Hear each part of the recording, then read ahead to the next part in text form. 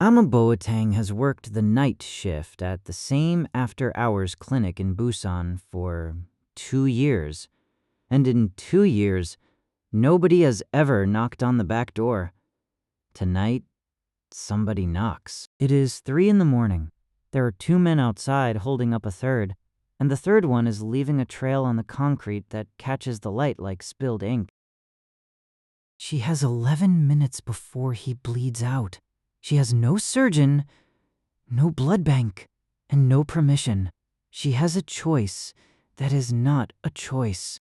If you want to know what it costs a woman to save the wrong man's life, hit subscribe now. Because what she does in the next 11 minutes will follow her for the rest of this story. She associates the smell of bleach and burnt coffee with survival now. It is not jasmine, or the scent of her mother's kitchen in Accra, nor the coconut oil in her hair every Sunday. It is 2 years of it. She is 27. She came to Busan on a nursing visa that took her 14 months. And every CD her mother had, and the job she got was not the job she trained for. In Accra, she ran a trauma bay. Here, she takes blood pressure at 2 in the morning for drunk students and factory men with crushed fingers, because her Korean is good enough for instructions and not good enough for authority. She does not complain about this. She sends money home on the 12th of every month. Mrs. O is asleep in the front office with her feet up on a filing box. Mrs. O is 68 and technically the clinic manager and practically Ama's only friend in this country. She has told Ama 4 times that she should marry somebody, and 4 times Ama has said she does not have time, and Mrs. O has said the same thing each time. Nobody has time. Time is not something you find. It is something you steal. Ama restocks the suture trays. She counts the ampoules. She writes the count in the ledger because the ledger is the only part of this job that resembles the job she trained for. Her phone buzzes on the counter. It is her brother. Sis, you up? Kojo is 22. And he has been in Busan for 8 months, and Ama got him here. That is the thing she will replay later, over and over, in rooms she does not yet know she will be standing in.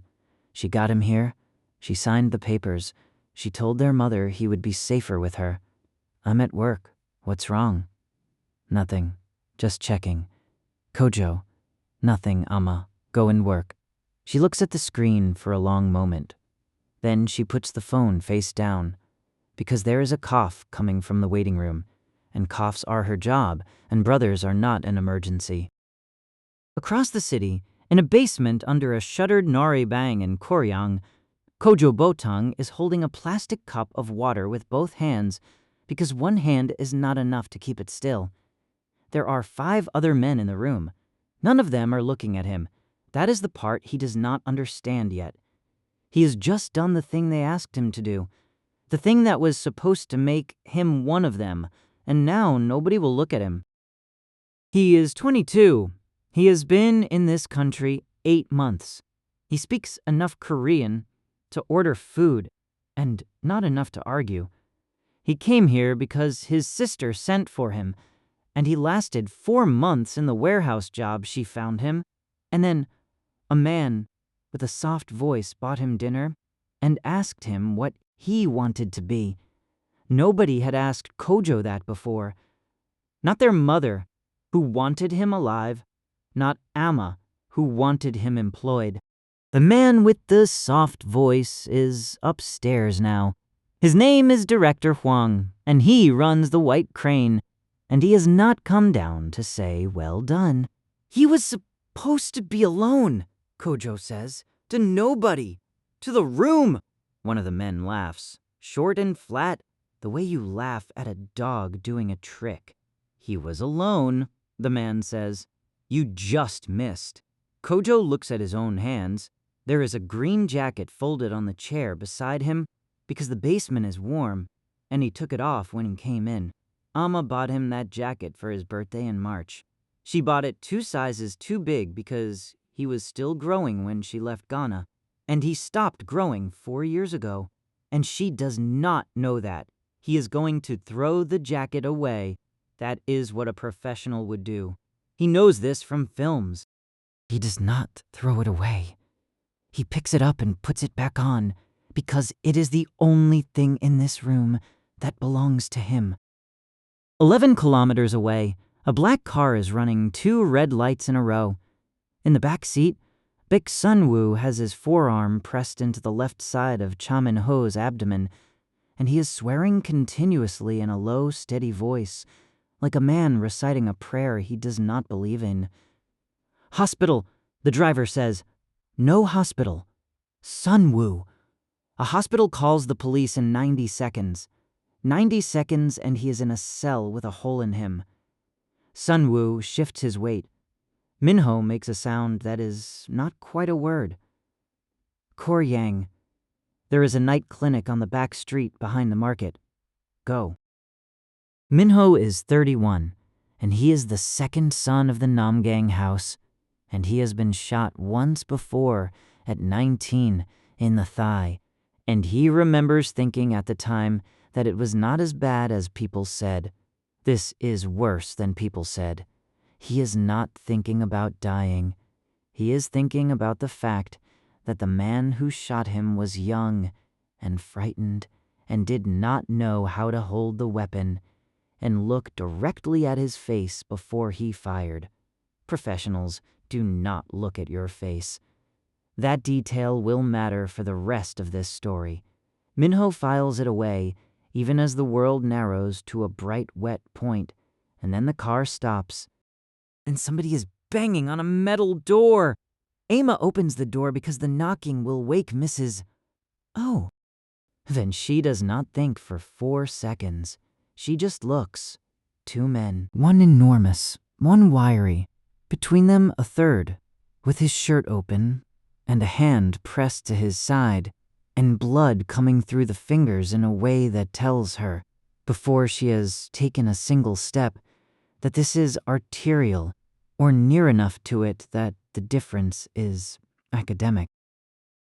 "Please," the wiry one says. His Korean is fast, and Busan attended, and she catches maybe half. "You are a nurse. Please. Hospital. Turn left at the market. 8 minutes. No, hospital." And there it is. 3 syllables that change her entire life, and she does not recognize them as such, because at 3 in the morning, a nurse does not hear a criminal confession. She hears a triage decision. She looks at the man on the ground. He looks back at her. His eyes are focused, which means he has not lost enough volume yet to be confused, which means she has minutes, not seconds. Take him in, break the law, lose the license. Turn him away, close the door, hear about a body in the morning. Call the police, wait 11 minutes. Watch him die on the concrete while she waits. The equation is simple and horrible. A med in the back way, Ama says. Not the front. Do not touch anything green. Mrs. O appears in the corridor in her slippers, takes one look, and says a word Ama has never heard her use. Then she turns on the lights in the procedure room and starts pulling packs off the shelf without being asked. Because Mrs. O has worked in Koryang for 40 years, and this is not the first time somebody has knocked at the back door of somewhere. Yeah, she says. You understand what these men are. I understand. He is bleeding. That is not the same as understanding. Ama pulls on gloves. Hold the light. What she does over the next 50 minutes is the best work of her life, and no record of it will ever exist. She has no imaging. She has no surgeon. She has a suture kit meant for lacerations, 2 units of saline, a headlamp, and a 68-year-old woman with steady hands. She finds the entry wound and the exit wound, and the fact that there is an exit wound is the only mercy in the room. She packs, she clamps.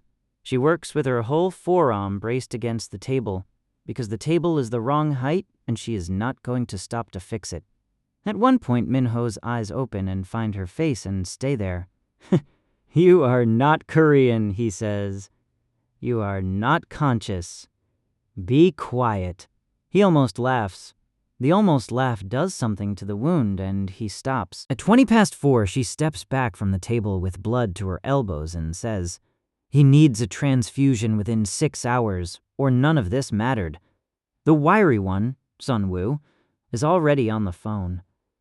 Mrs. O sits down heavily on the stool by the sink and looks at her hands. "You should have let him die," she says. "Not cruel, just tired.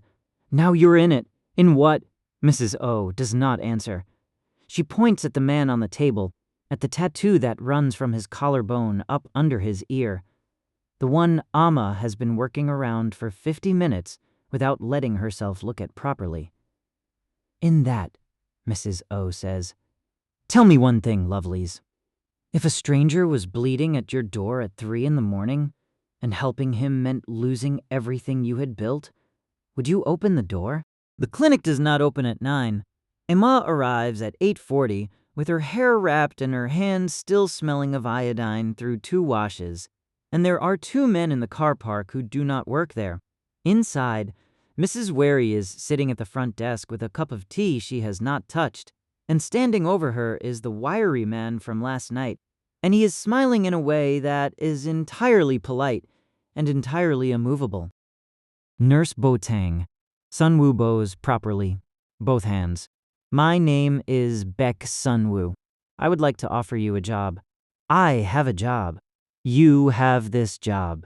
He looks around the waiting room, at the ceiling tile with the water stain, at the poster about hand hygiene that has been up since before she arrived. For 11 more days.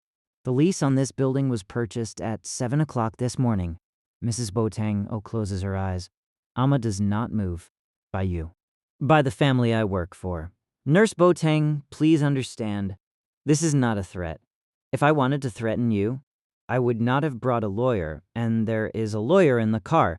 Sunwoo takes an envelope from inside his jacket and sets it on the counter. "The clinic will stay open. Mrs. O will keep her position and her salary will double. The building will be repaired. None of that is conditional." "And what is conditional?" "Nothing! That is the difficulty." He almost looks apologetic. "Cha Minho is alive because of you. In my house, that creates an obligation, and the obligation runs towards you, not away from you. He will be in a private residence in Hyundai for 6 weeks. He requires a nurse. You are the only nurse who already knows what happened, which means you are the only nurse we do not have to make quiet." There it is. The gentlest possible sentence containing the ugliest possible fact. "And if I say no, then you say no." Sunwoo bows again. "And you will spend the next 6 weeks wondering whether the men in the car park are ours or somebody else's.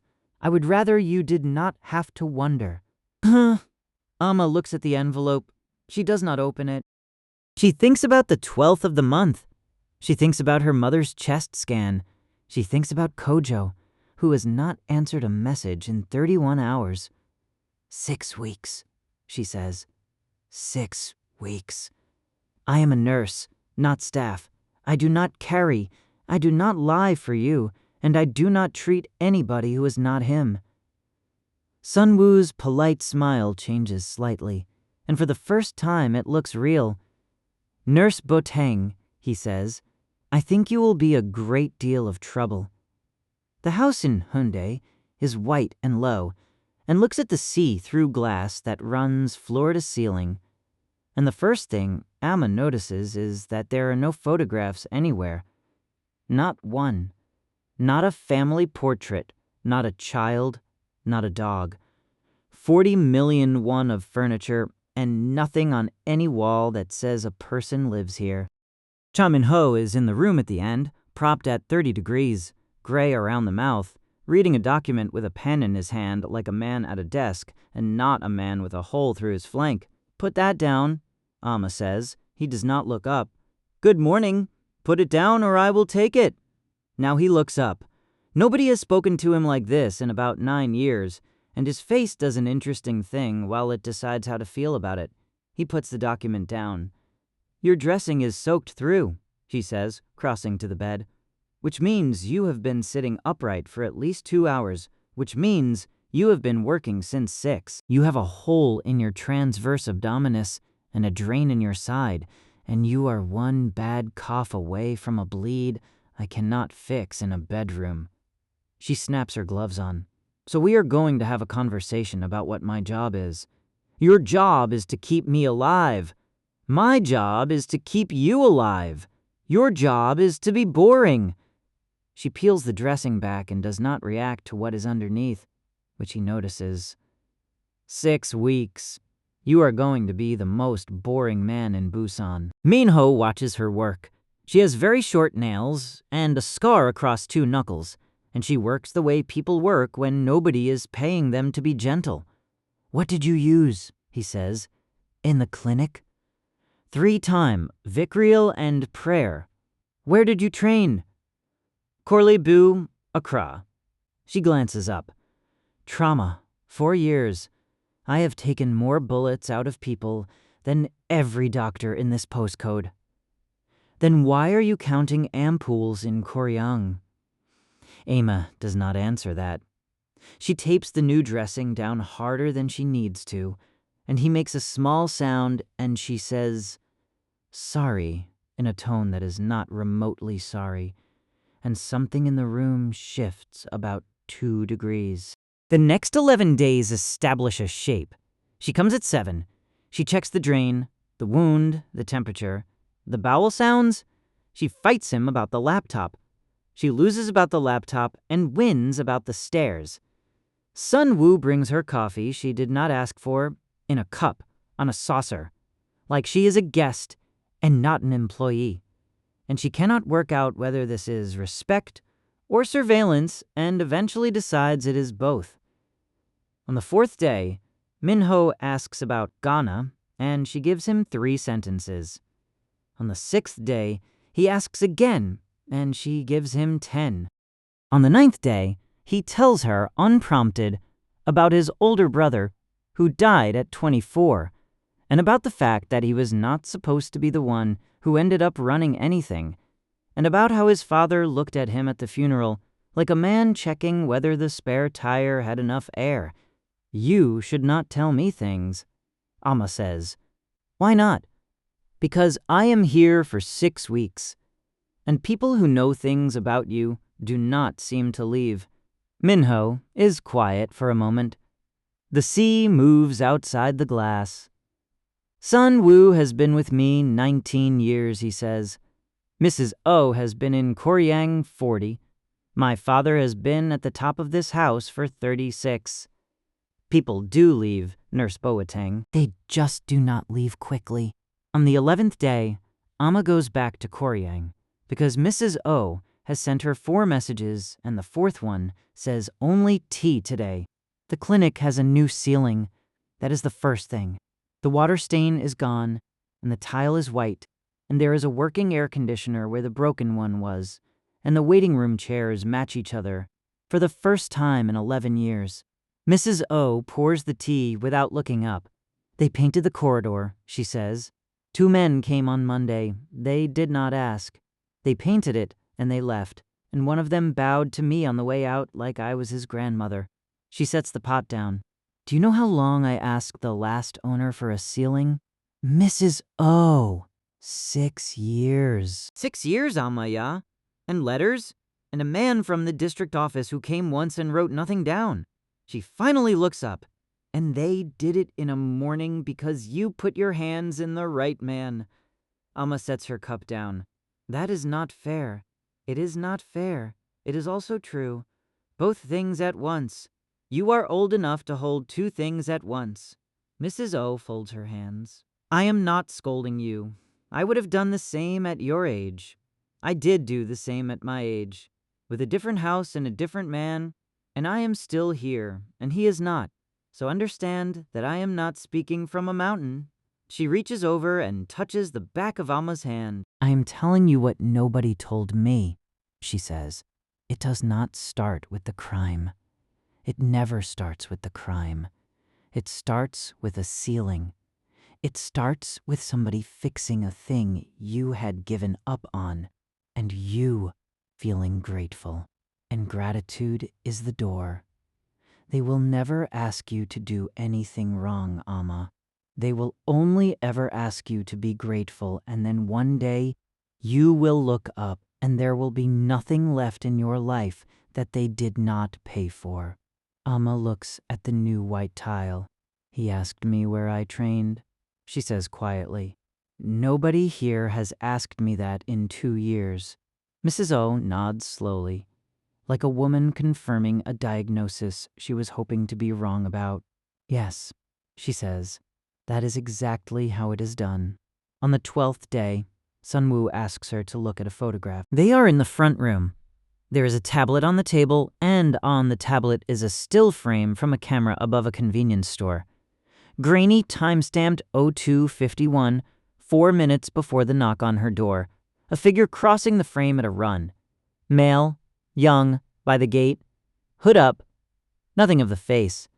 "We are asking everyone," Sunwoo says. "Staff, neighbors, the market. You were the last person to see the aftermath. Sometimes people notice things and do not know they have noticed." Emma looks at the photograph for a long time. "I do not recognize him," she says. It is true. She does not recognize him. There is nothing there to recognize. She hands the tablet back and goes to check a drain, and she does not think about it again for 6 days. That is important. Remember that. She looked at that photograph and she told the truth. The thing between them does not happen the way it happens in stories. There is no moment. There is a Tuesday. On the Tuesday, she is changing the dressing, and the wound has finally started to look like a wound and not like a decision. And she says so. And Minho says, "You sound relieved." And she says, "I am relieved. I have been holding my breath for 19 days. And he says, "Why?" And Ama stops with the tape in her hand and says something she has not said out loud since she got on the plane in Accra. "Because I have not been good at anything for 2 years. Because I came here with a qualification, and they gave me a blood pressure cuff. Because for 50 minutes in that room, I was who I actually am. And then I put my coat on and went back to being a woman who counts ampoules." She puts the tape down. "So yes, I am relieved. It is not about you." Minho looks at her. "I know it is not about me," he says. "And that is the moment. Except it is not a moment. It is just a Tuesday."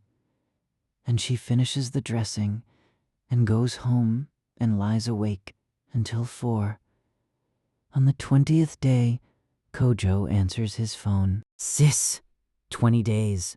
Ama is standing on the balcony of the house in Hyundai because it is the only place with a signal and no Sunwoo. 20 days. Kojo, Mummy called me crying. I have been working. Where? Around. Kojo, I have money now." His voice does something strange. It goes up, the way it did when he was 9 and lying about a window. "Real money. I sent Mummy 400. Did she tell you that? Ask her. Ask her if I sent it." Ama closes her eyes. "Where did you get $400? "I work." A pause. Traffic behind him. "Ama, are you at work?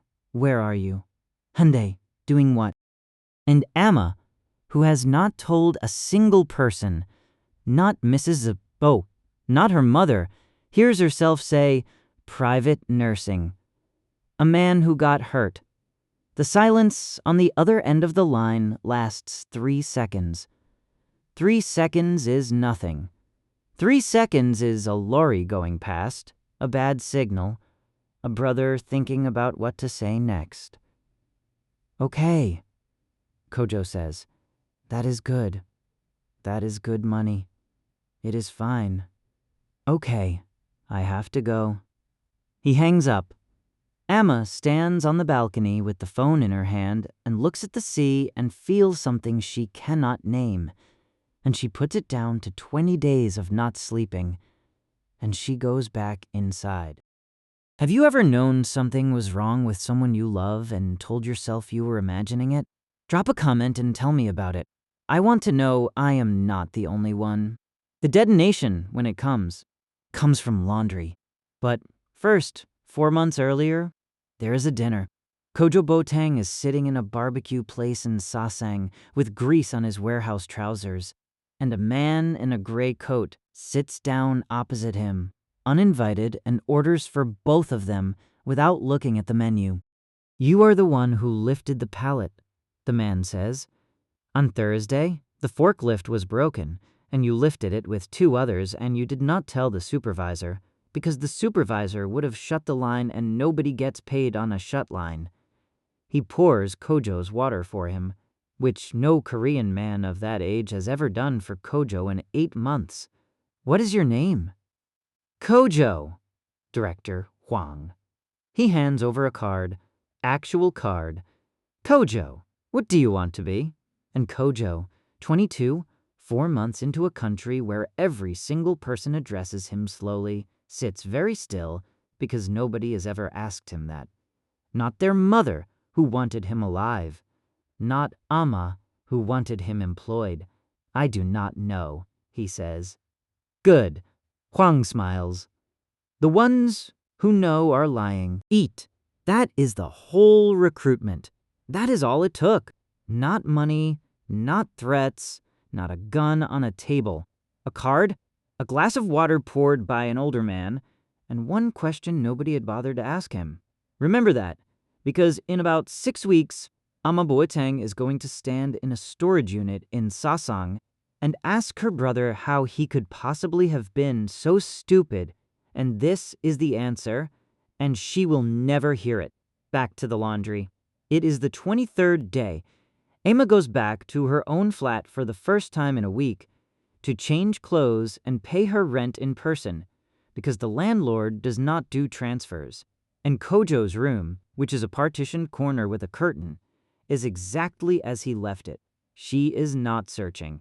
She wants to say that afterwards, and she wants it to be true. She is picking up washing off the floor because she cannot stand it, the way she has picked up his washing since he was 4 years old.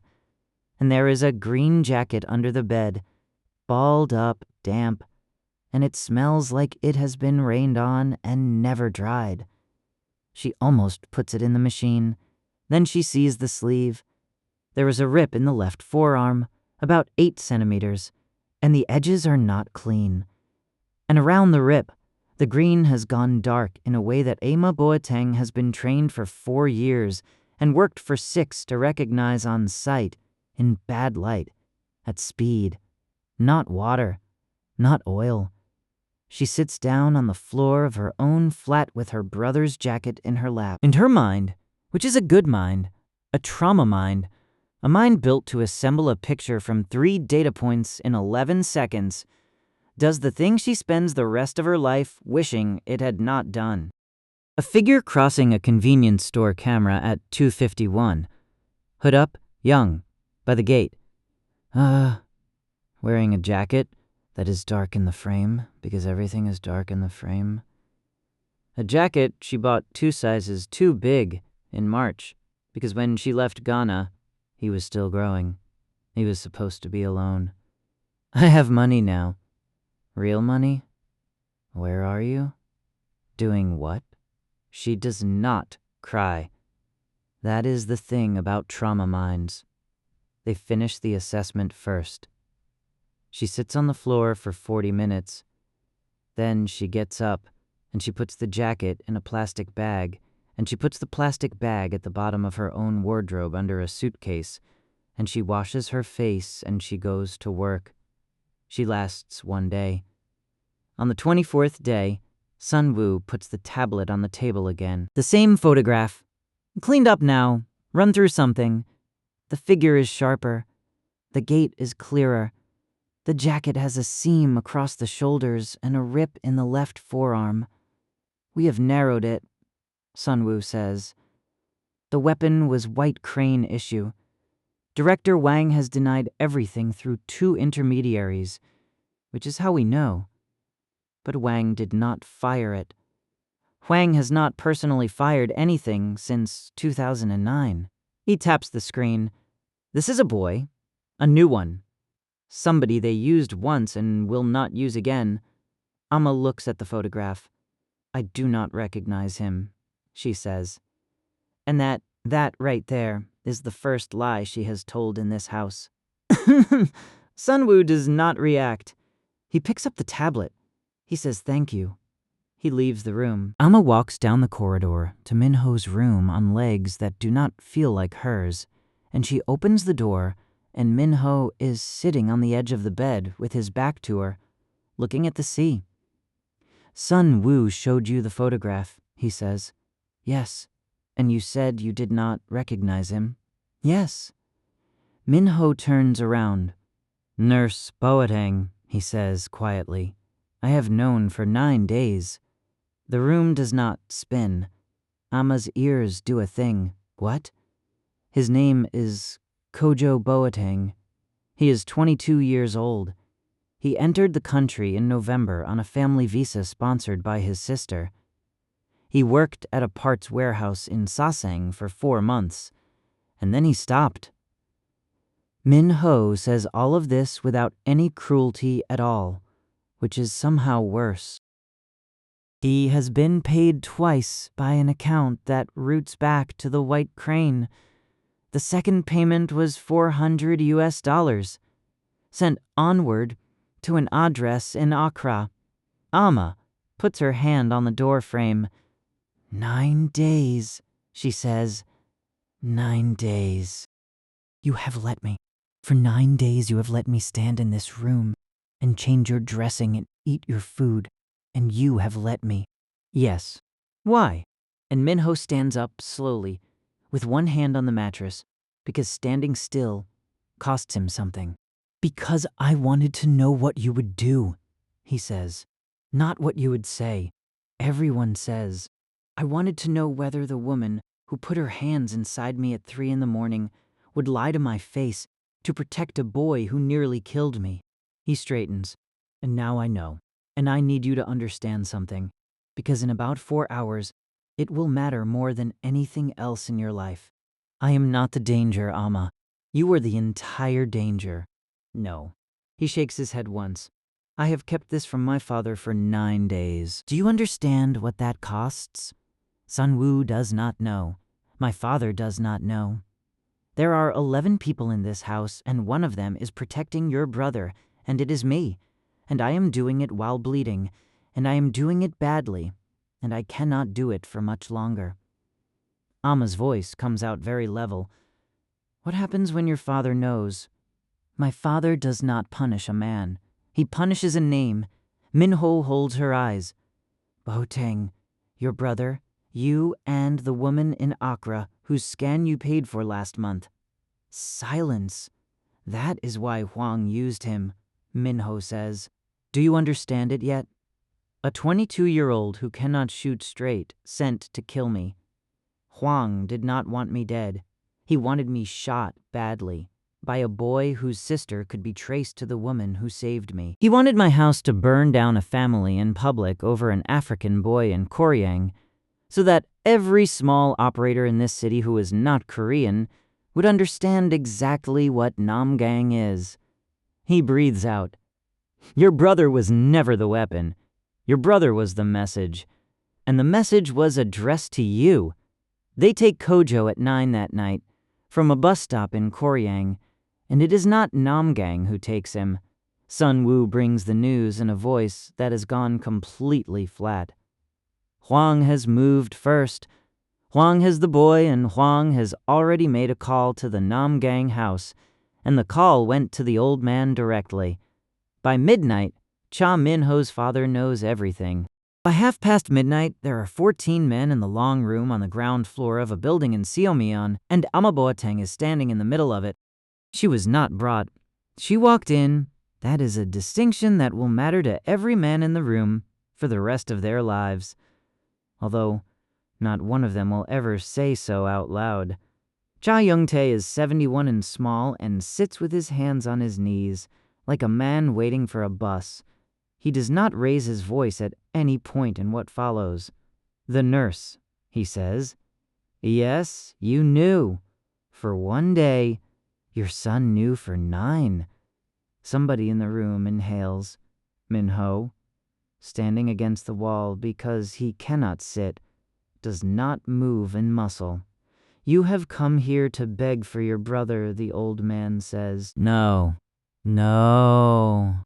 Your son has a hole through his flank, an infected drain site, and a temperature of 38.4 that he has been hiding from you since Tuesday." Ama's voice does not shake, and she will not understand until years later how that was possible. In 9 days, that becomes a fistula, or it becomes sepsis. There is one surgeon in this city who will operate on him without a name on the chart, and he will not do it without a nurse he trusts standing next to him, and I am the only nurse in Korea who has seen the inside of that wound. She lets that sit. I am not begging, I am negotiating. The room is absolutely still. Cha Young-tae looks at his son. Minho does not deny the temperature. "You would let him die," the old man says, "to save your brother."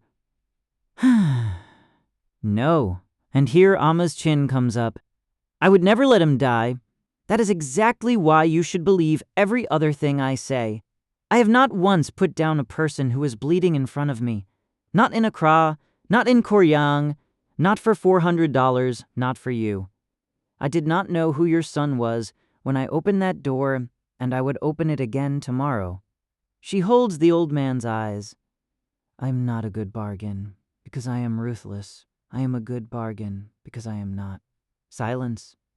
Then the old man says, "What do you want?" "My brother alive, out of this country by Friday, never allowed back. And in exchange, Huang." Now, Minho does move. "I know where he is," Ama says. "Because my brother called me at 11 o'clock this morning from a number that Sun Woo can trace, and he was frightened. And he said one word he should not have said, and that word is a district." She takes a breath. "I will give it to you, and then I will spend 6 weeks keeping your son alive, and then I will never see any of you again." Cha Young-tae sits for a long moment with his hands on his knees. "Boating," he says. "In this house, we have a word for someone who trades a brother for a stranger. So do we." Ama says, "The word is nurse. We take the one we can still save." They find Kojo at 4 in the morning, in a storage unit in Sasang with a broken cheekbone and both hands intact, which Sun Woo says later is Huang being careful, and which Ama knows is Huang being finished. She does not run to him. She walks the length of that unit slowly, the way you approach a patient, and she crouches down and turns his face towards the light with 2 fingers under his jaw. "Zygomatic," she says. "Not depressed. You will be ugly for a month." Kojo starts to cry. "Ama, do not." I did not know who he was. I did not know. I swear on Mummy. They said he was a man who took money from us. They said it was a warehouse thing. I did not know. "I know you did not know." She keeps her fingers under his jaw because it is the only way she can touch him. "That is the entire problem, Kojo. You did not ask." He grabs her wrist. "Are they going to kill me?" And Ama looks at her little brother, who is 22 and who has their mother's exact eyebrows, and who has just cost her every single thing she has. And she says the truest sentence of her life. "No, because I paid for you." She takes her hand back. "And you are never going to know what with." Kojo flies out of Gimhae on the Friday morning, on a ticket bought by a man he will never meet with a stamp in his passport. That means he cannot come back for 15 years. Their mother meets him in Accra. Their mother is told he was homesick. Ama is not at the airport. She is in an operating theater in a private clinic in Gijang at 9 in the morning, gowned, with a surgeon whose name she is not given, and she stands at Cha Min-ho's left side for 4 hours and 20 minutes and does not make one error. Afterwards, she sits in the corridor with her back against the wall and her hands between her knees, and she shakes for 11 minutes without making a sound. Sun Woo brings her coffee in a cup on a saucer. "You were wrong about one thing," he says, sitting down beside her on the floor, which he has never done and will never do again. "You said you would never see us again. I said 6 weeks. You said 6 weeks in March." Sun Woo looks at his hands. It is May. Minho wakes at 6 that evening, and the first thing he does is look for her, and she is asleep in the chair with her chin on her chest. He does not wake her. When she does wake, it is dark, and he is watching the ceiling, and he says, without turning his head, "You could go now. Nothing holds you. My father settled it. Mrs. O has the clinic freehold. Your brother is home. The debt is closed both directions.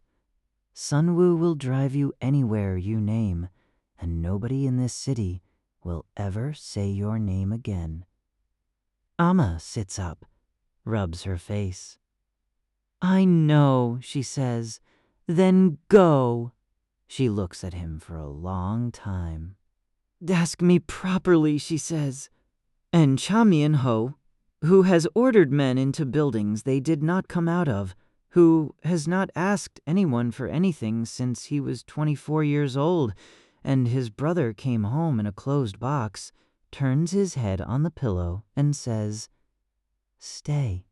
She stays. Not because it is safe. It is not safe. Not because it is right, because Mrs. O will tell her to her face 3 weeks later over tea that it is not right, and Ama will not argue. She stays because on the 12th of every month, she still sends money to Accra, and because there is a woman there whose scan came back clear, and because there is a boy there with a healed cheekbone working in a shop, and because Ama Boateng has learned the only lesson this city had to teach her. You do not get to choose who bleeds at your door. You only get to choose whether you open it. And that is where we leave them, lovelies. A nurse who saved the wrong man, a boy who fired the wrong shot, and a family who now owes a debt that nobody has worked out how to repay. But here's the thing. I have not told you. When Sun Woo traced the number Kojo called that night, the 11 o'clock call, the one that gave up Wang's district, the trace did not stop at the White Crane. It routed through a phone inside the Namgang house. Somebody at that table in Seomian, one of the 14 men standing in that room while Ama Boateng negotiated for her brother's life, already knew every word she was going to say. So tell me, Dame Ama, who traded her brother to save a stranger, or Team Kojo, who was 22 and never asked the right question? Drop it in the comments, because I am reading every single one. And if you want to find out which man in that room made the call, subscribe and turn on notifications now, because part 2 is coming, and the answer is going to make you rewatch this entire video. I will see you there.